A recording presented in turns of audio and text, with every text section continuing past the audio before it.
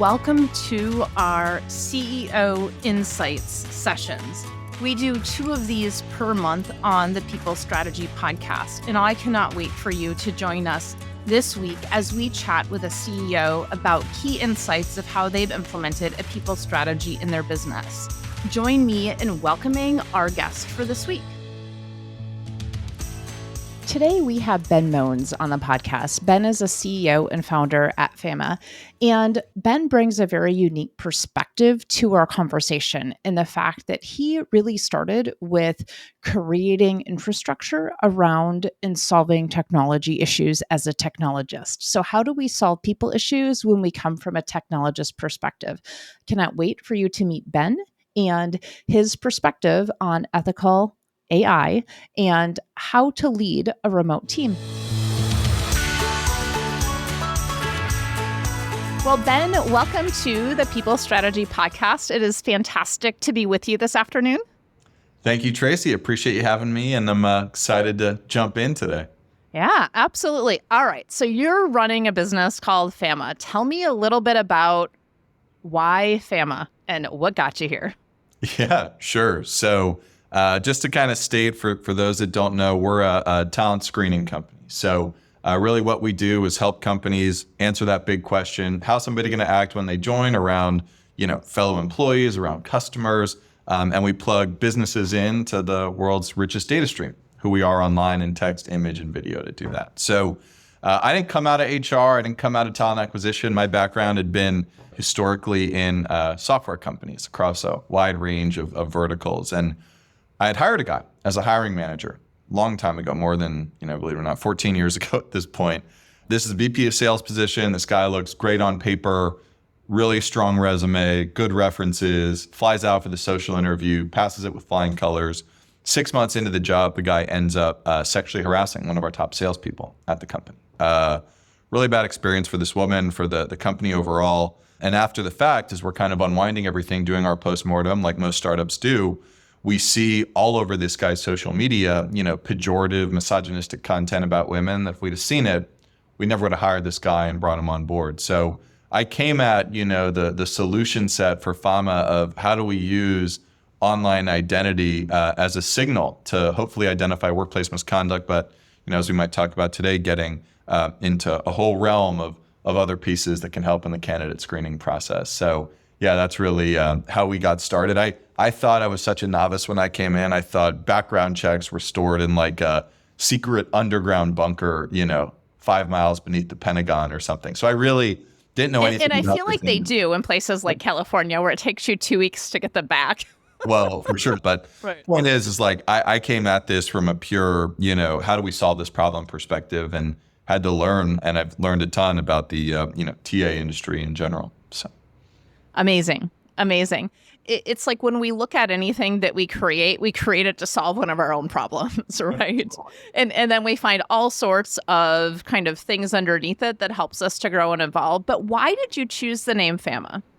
Yeah, it's funny. I often tell people they had come to me, in the past and said, oh, like, wow, Fama, the name, it means, fame via reputation in Latin. So it was people that had such a pristine reputation in ancient Rome that they were famous because of it, right? So they were sort of bestowed with this moniker. Fama means famous in Spanish, but, we liked this kind of old world concept of reputation, marrying it with the technology that we're doing. We thought that contrast was kind of cool, and would help sort of drive some name recognition and memory, and similar to like a Kleenex or a Band-Aid.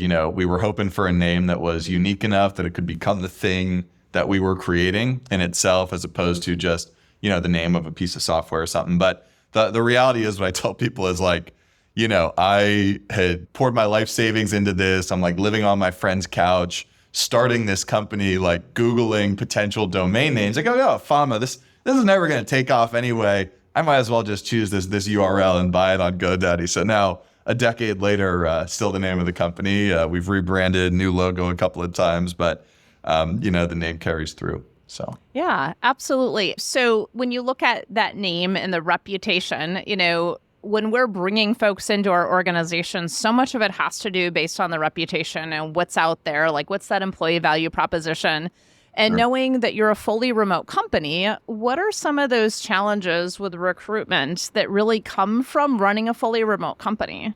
Well, I'll say challenges and sort of, the positives within the negative in itself, right? So of course, the biggest, most obvious challenge with running a remote company, especially recruiting people, is you don't have that kind of organic conversation that happens at the water cooler. You don't have that public space, those chance interactions, the overhearing, passing somebody in the hallway, right? Meeting somebody at the coffee machine for a quick conversation, right? So the sort of asynchronous, but also constantly always on public channels of communication present a lot of challenges for how do we create culture? How do we be very intentional about building culture, right? And so some of what we've done is, with hiring managers, we encourage folks to actually have the Fama values up on the screen while they're talking to someone, right? Because just like our interaction right now, we're all talking to the computers, looking at cameras every single day, right? And if we can help our team members establish those values in a consistent and almost organic way in every interaction they have with their candidate, from that first phone screen to the hiring manager interview to the finalist sorts of checks and balances as we get deeper in the process. That's one of the things that allows us to kind of all be reading from the same sheet of music, and I think that's one piece of building culture, especially in recruitment. But one of the things we're heavy on is transparency as well. We try to encourage what we call an ownership mindset at Fama. It's one of our key values. And through that, we want folks, when they meet a candidate for the first time, to be proud of the company that they're in, to have a clear perspective on what the benefits, but also the challenges are. What are we working on? Where are our areas of development? Where are we really strong? And that can be everything from strategy and vision to the current financial state of the company. And if everyone is read into the details in a transparent way, like we go full board slides for every, member of the company. After the board meeting, we show every single number: cash, sales performance, marketing performance, end-to-end P&L, right? And that level of transparency helps, I think, increase job security and trust for people at Fama. That's at least what we've heard. And I think that carries over into the interview process. If everyone is acting like an owner, and they are, everyone's an equity owner who works at our company, I think you start to see like the values get more sticky and the culture feel more tangible and real because, again, everybody's, on that same sheet of music. And one of the things you just mentioned, and I just want to make sure we don't slide over it super fast, is full board slides are shared with every staff person inside of the organization as a way of really increasing that trust, that transparency, and that ownership mindset. And I'm going to name, as we consult with, lots of different organizations, and we're saying, hey, we need to ensure our goals are really clear, that they're aligned out. There's a huge fear of that. So how did you overcome what those fears were around that? And what's the upside to that actually creates it so that those fears kind of dissipated? In the early days, this is my first time. I've managed people before, but this is the first company I'd ever started. And being very, candid with you, I had concerns about, I'm personally, and my management team were built for the startup environment, right? You're built for the ups and downs. I describe it to people as kind of like a sound wave, right? It's like, there's a really high highs and really low lows. And the low lows, certainly not now in this part of Fama's story, but in the early days, the low lows were like, there's a couple of months of cash left in the bank. Well, and that's the kind of mentality where I was personally comfortable operating because I had been, tuned to the game, to put it colloquially. But, I had concerns that our team wasn't. I had concerns that if I started sharing some of those details, people would be like, holy crap. Like, what? Like, I got to start finding and looking for a new job, right? But, when you treat people like they're owners, when you respect their intelligence, their expertise, their agency, if someone doesn't understand in OpEx, what's the difference between COGS? How is sales and marketing calculated, right? Like, how do we think about what is G&A on like a line, right? These questions that probably people were maybe afraid to ask in a previous company. We'll answer them, right? And we answer them like they're good questions, not stupid questions, right? And I think, honestly, people, when you treat them like adults, which is what they are, like, let's just be real about it. When you treat people like adults, when you treat them like officers, when you treat them like, those that have agency over their own life, instead of being scared and like, oh no, like my company's lower on cash, right? They know exactly where they are. And that is a huge part of culture, not just like where the company is, but where am I? What's my performance like? And that's another key piece of this, right? That if you know where you are from a performance management standpoint, how you're doing, how the company is doing, then that's going to give you, in the most logical and rational way, where am I at in this company's trajectory? How am I performing? How is the company doing? And I think that trust cascades through relationships. Now, that's not to say there still isn't challenges with connecting individual teams to the company goal, or managing interdepartmental communication between people, or making sure that our leadership team is cascading, some of the company goals and how their departmental goals roll up to the company goals. Still a ton of work, with stuff like that. But at the end of the day, I think you have to start somewhere, and starting somewhere, the easiest thing you can do, you build the board slides anyway, just show them to people and see what happens, And taking the time, to answer those questions. And I love what you just said, which was answer them like they're good questions. Because to them, they are good questions, because they're not sitting in the seat you're sitting. They haven't gone through all the things you've gone through, right? Like, I love to explain it so much as, and maybe you can kind of see this, but it's like so often by the time you get to a place as a CEO or as HR or as an executive leadership team, you've been doing it for 6 months, whereas your team, it's the first time they're hearing it. So if it's the first time they're hearing it, you've got to back up 6 months to explain it for where they're at. Right. And it's one of these things too, that you have to be real about your expectations of where people are at. Like, I actually want my frontline employees focused on the quarter.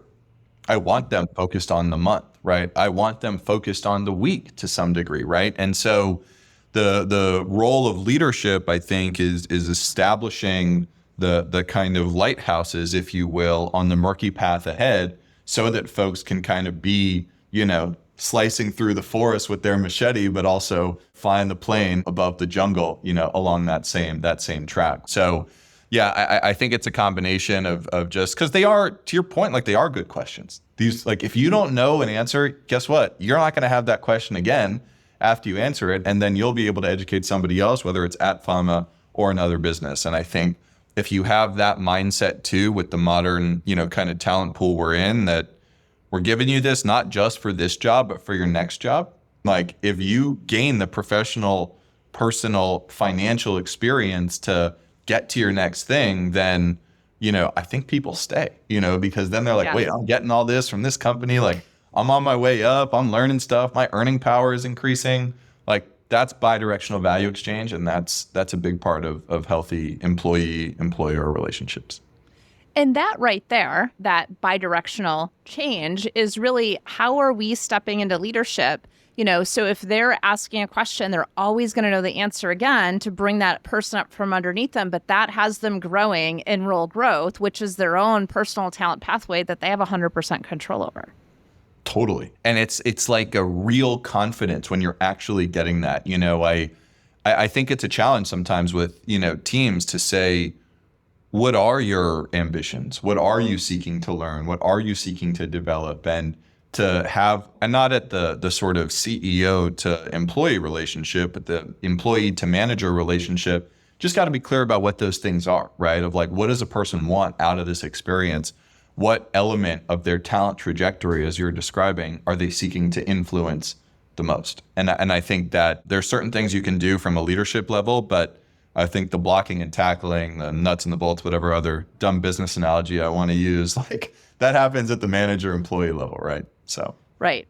So one of the things I'm always super curious about is, we've talked a little bit about organizational goals, team goals, individual goals, and kind of how those roll up and down.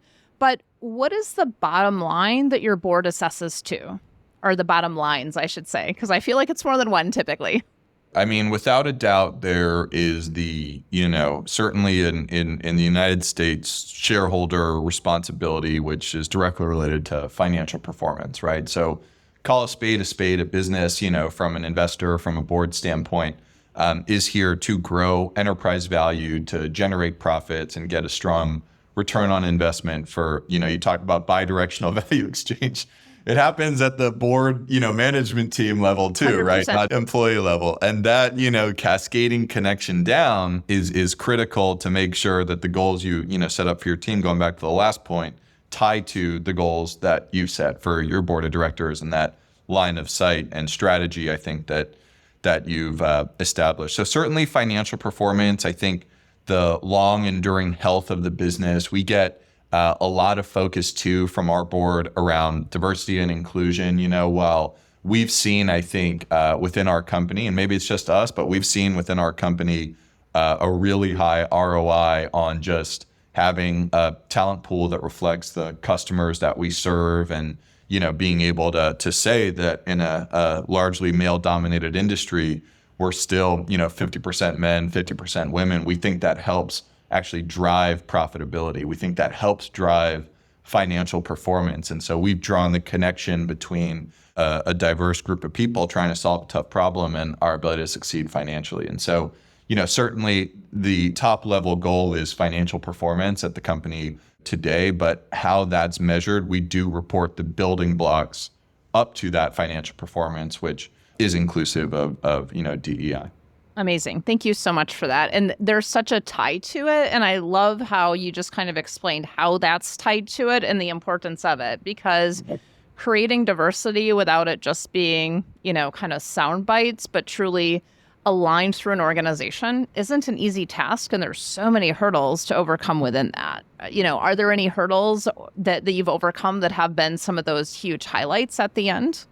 Certainly it's an uphill battle, I would say, especially when you get to the stage that we are part of, the stage of company we're at now, we're post Series B. We're attracting really strong talent of people that have come from big companies, like big tech companies, smaller ones, but people who are, could walk into a FANG company or, a big startup with a couple $100 million in funding. So while we're big, we're not, the Beameries or the Paradox or the Eightfold AI companies, other HR tech companies that are just, really well funded and soaking up talent. So part of the challenge when you start attracting these people is that if you're doing a good job, they want to bring their people with them, right? They want to bring the folks that they worked with at another company. And sometimes the uphill battle of that network effect, while it being positive, people are drawing from legacy talent pools that they are now bringing into their next company, where maybe the previous business didn't have as much of a focus on inclusivity or diversity in the workplace, right? And so you begin to actually almost unintentionally unwind some of the open source talent acquisition that you're doing. Like, we've had a lot of success at very top of funnel talent sourcing, from a diversity perspective. Black Girls Who Code is a great organization that we work with, right? And so you have a lot of these strategies that you set up, but then as you grow, you start to see the network effects of your business kind of pulling you in the other direction. So it's totally an ongoing challenge, and something I think you have to stay vigilant and stay focused on. But at the same time, we also get a lot of our female leadership at the company recruiting other women that they've worked with in particular, which has been super helpful. And I think, again, if you can get the seeds of DEI right, and then the culture is right, then it's a welcoming place, and people are telling their friends about it, right? That's what our big goal is. If you're so fired up about working here that you're I gotta tell my friends about this spot, they don't even know about it, so that's what you want to try to encourage. Diversity is what brings them in, but inclusion is what keeps them. Totally. 100%. Yeah. 100%. And feeling heard and being treated, like we were saying a little bit earlier, treated like a boss or an owner. Absolutely. So I want to kind of just tie back to, who you are and what you do, which is, social screening tools and services, really on that recruitment side. How are you using that in your own strategies inside your organization, and how does AI impact it? Without a doubt, just to put it simply, we eat our own dog food. We run our own product and everybody we hire. And what that means essentially is that we think that we're really good at recruiting. We think we've got a really strong process, very experienced people, looked at every stage, identified fallout. We've got all the tools in our toolkit. we think we're really good at finding good people. That said, we also know that there is the unknowable at times about people that we're bringing into our organization. So, we've seen firsthand through the deployment of our software that signals of risk exist well outside of, did you fail a background check? Did you smoke weed before a job interview? Did you go to the school you said you went to? Like, that's all legacy risk analysis. It's kind of that penultimate step before you bring somebody in. But what we've seen is that the kind of normalization of a aberrant point of view, call it somebody who thinks it's okay to act intolerant or hateful towards others, maybe an executive that has a history of, creating like a boys club culture at a previous business, right? And there's a news article or litigation about that. Those are things that we want to know before we hire and bring somebody on board. So, certainly through that lens, we've adopted our own product within our hiring process to make sure that we're increasing, just to put it simply, quality of hire and leaving no stone unturned. Because once you're in, we're investing in you, right? Like all those things we just talked about, once you're inside, like there's going back, but we really don't want to go back once we make a hiring decision, right? Because we want to, supercharge these people for their next chapter and for our next chapter as a company. But, at the end of the day, the way that AI is integrated into all of that is like, if we were just using people to perform what we do and think of what we're doing as combing a person's whole web presence, identifying any misconduct that a company selects as relevant, call it hate speech, violence, legal drug use, maybe other types of litigation, news that have popped up in the past, everything of who we are in text, image, and video, you can imagine that would be extremely challenging for a person, to comb through for tens of thousands of people every week, across our whole business. So that's really where we use AI, is not in the realm of what they call kind of automated processing. We're not using AI to make final decisions, who's hired, who's not. We don't use AI to score a candidate and say, John's an 88 and Jane's an 84, and here's why. But instead, what we've done is applied AI to the various parts of the sort of risk management, risk analysis process that were historically very manual. Think like Boolean search strings, or using Control F on a person's web presence to look for certain keywords, right? That is something that we use AI for, that allows us to essentially shorten, make more consistent, and really reduce the cost of a legacy process that was typically done by a person. So we really use AI in the sort of information collection phase, and most of our products have a human in the loop that actually confirms accuracy, does that kind of last mile of QA. So, we want these tools not to, I would say, tell a TA user what to do. We believe that the users that we work with have the experience, have the expertise, that when it comes down to 5 or 6 candidates for a role, that's the most human part of the hiring process, right? That's when you get into like, all right, well, this person has the experience, this person has the skill, like they're more technical, they have the network, like help me TA make a decision here. And that's, really where we want to help influence and give more confidence, lend more confidence really to that TA recommender, that decision maker, so that they can leverage their own experience and assess kind of the meaning and the implications behind the insights that we provide. Yeah, and I love how you're saying, hey, to our talent acquisition professionals that are out there, we trust that you do your job really, really well. We're here to support that, and we're supporting it with ethical AI, knowing that we've got people in the loop, knowing AI can be very unethical. And when we're using it to make decisions on people's future by offering a job or not, that we're doing it in a way where we're building in a human to also ensure that maybe we have the wrong algorithm we're sitting on, but we're going to make sure that that doesn't give us the wrong thing. Totally. And by extension, who are the people who are building the technology itself, right? What do they look like? What's their background, right? How do we ensure that fundamentally, going back to the very, initial iterations of the products themselves, how are we designing solutions, from people? What do the training data sets look like? How are we making sure that we're not including, call it sensitive data under the European definition, things like race and gender in our reporting, right? And so there's a whole universe of doing this the right way, but diverse teams, human oversight, to your point, and taking a very close and practical look at the training data you use to, create those algorithms. Those are all, important pieces of the equation.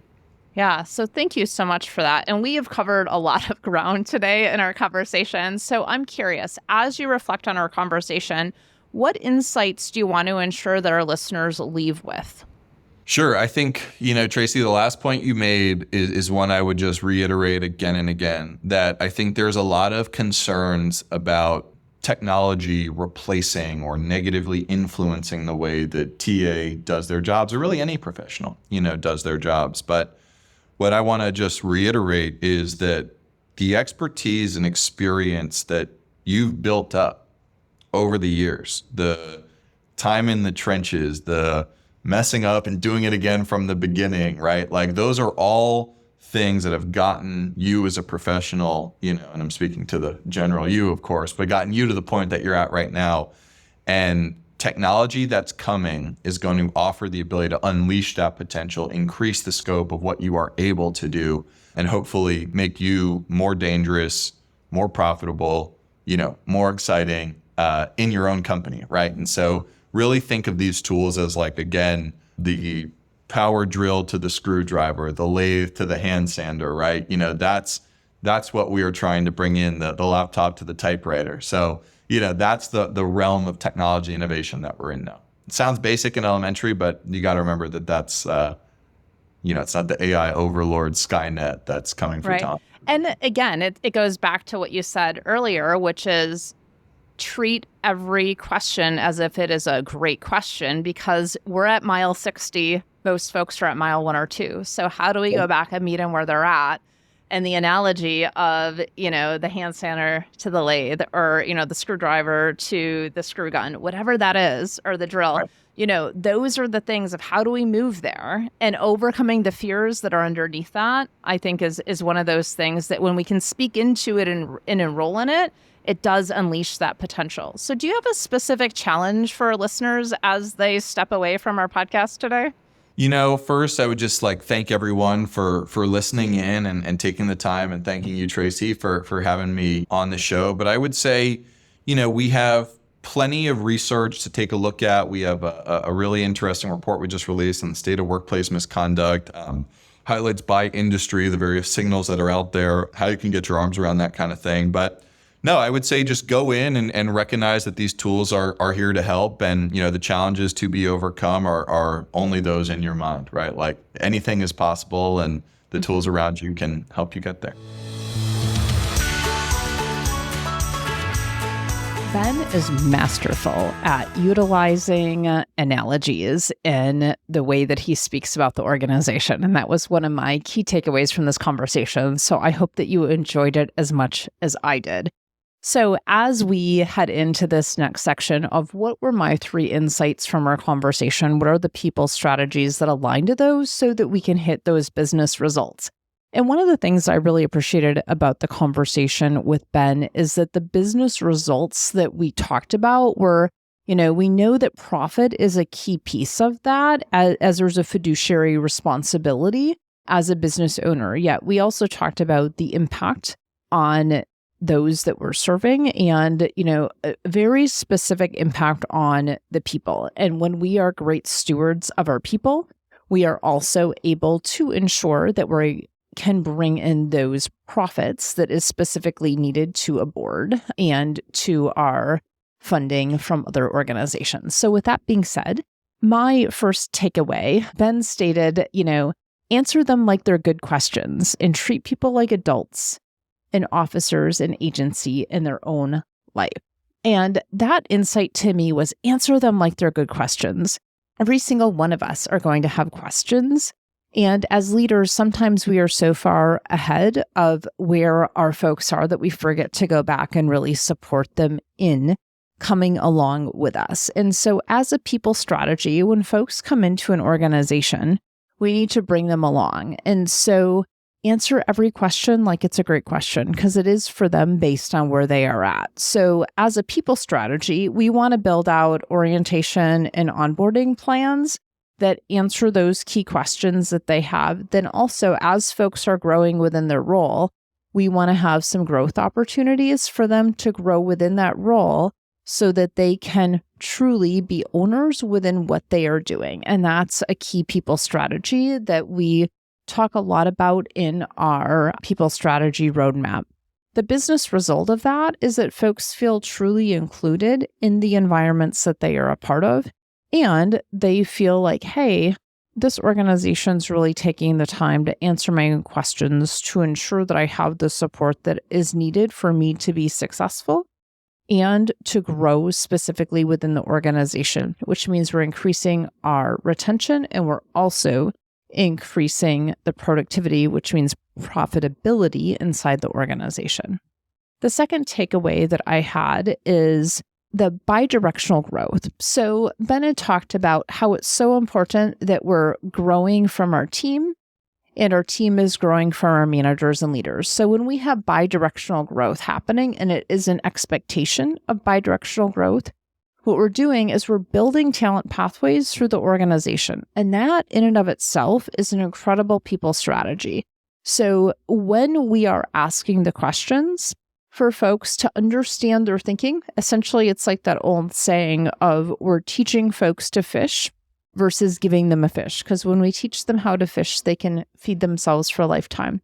Once we have those questions back and forth and we're growing folks as we move through the organization, we're bringing the folks up underneath us. And that allows the organization to continue to move forward. And as a people strategy, that allows that continuous growth, that continuous institutional knowledge, and us to, again, hit our profits because we're not churning or turning people over. And the third insight that I had from our conversation with Ben is he said signals of risk create awareness.